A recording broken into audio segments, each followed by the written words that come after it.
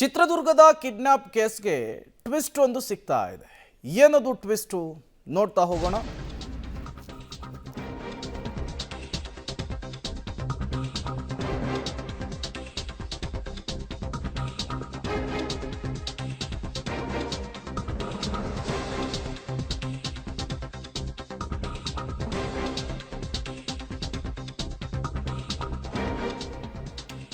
ಚಿತ್ರದುರ್ಗದಲ್ಲಾಗಿರುವಂತಹ ಘಟನೆ ಇದು. ನಮ್ಮದನ್ನ ಕಿಡ್ನ್ಯಾಪ್ ಮಾಡಲಿಕ್ಕೆ ಯತ್ನ ಆಗಿತ್ತು ಅಂಥೇಳಿ 4-5 ಜನ ಮಕ್ಕಳು ಪೋಷಕರ ಬಳಿ ಹೇಳಿದರು.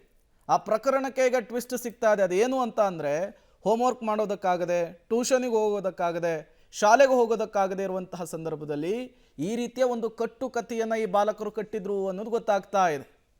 ಅದು ಕೂಡ ಪೊಲೀಸರ ತನಿಖೆಯ ಸಂದರ್ಭದಲ್ಲಿ ಗೊತ್ತಾಗಿರುವಂತಹ ವಿಚಾರ. ನೋಡಿ ಎಷ್ಟು ತಲೆ ಓಡಿಸಿದ್ದಾರೆ ಅಂಥೇಳಿ.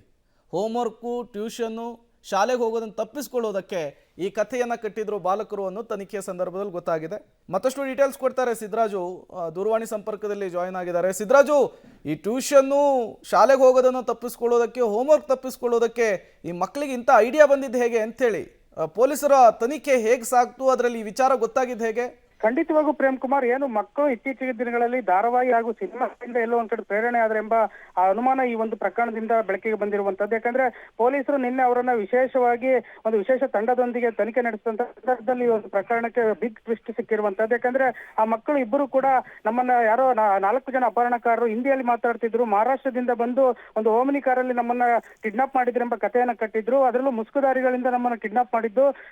ಕಿಡ್ನಾಪ್ ಮಾಡುವಂತ ಮಕ್ಕಳು ನಾವಲ್ಲ, ಬೇರೆಯವ್ರನ್ನ ಕಿಡ್ನಾಪ್ ಮಾಡೋದಕ್ಕೋಸ್ಕರ ಬಂದಿದ್ವಿ ಅಂತ ಅವರವರೇ ಹಿಂದಿಯಲ್ಲಿ ಮಾತನಾಡ್ಕೊಳ್ತಿದ್ರು. ಹೀಗಾಗಿ ನಮ್ಮ ಅದೃಷ್ಟವಶಾತ್ತು ನಾವು ಪಾರಾಗಿದ್ವಿ ಎಂಬ ಕಥೆಯನ್ನು ಕಟ್ಟಿದ್ರು. ಆದ್ರೆ ಈಗ ಒಂದು ಕಥೆಗೆ ಟ್ವಿಸ್ಟ್ ಸಿಕ್ಕಿರುವಂತದ್ದು.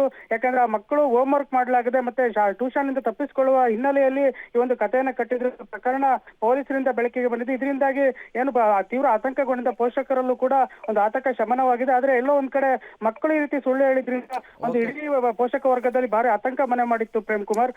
ಇಂಥ ಘಟನೆ ನಡೆದಂತೆ ಎಚ್ಚರ ವಹಿಸಬೇಕು ಪೋಷಕರು ಕೂಡ ಎಂಬ ಅಭಿಪ್ರಾಯವನ್ನು ಪೊಲೀಸರು ತಿಳಿಸಿದ್ದಾರೆ. ಓಕೆ, ಥ್ಯಾಂಕ್ ಯು ಸಿದ್ದರಾಜು ತಮ್ಮೆಲ್ಲ ಮಾಹಿತಿಗಾಗಿ.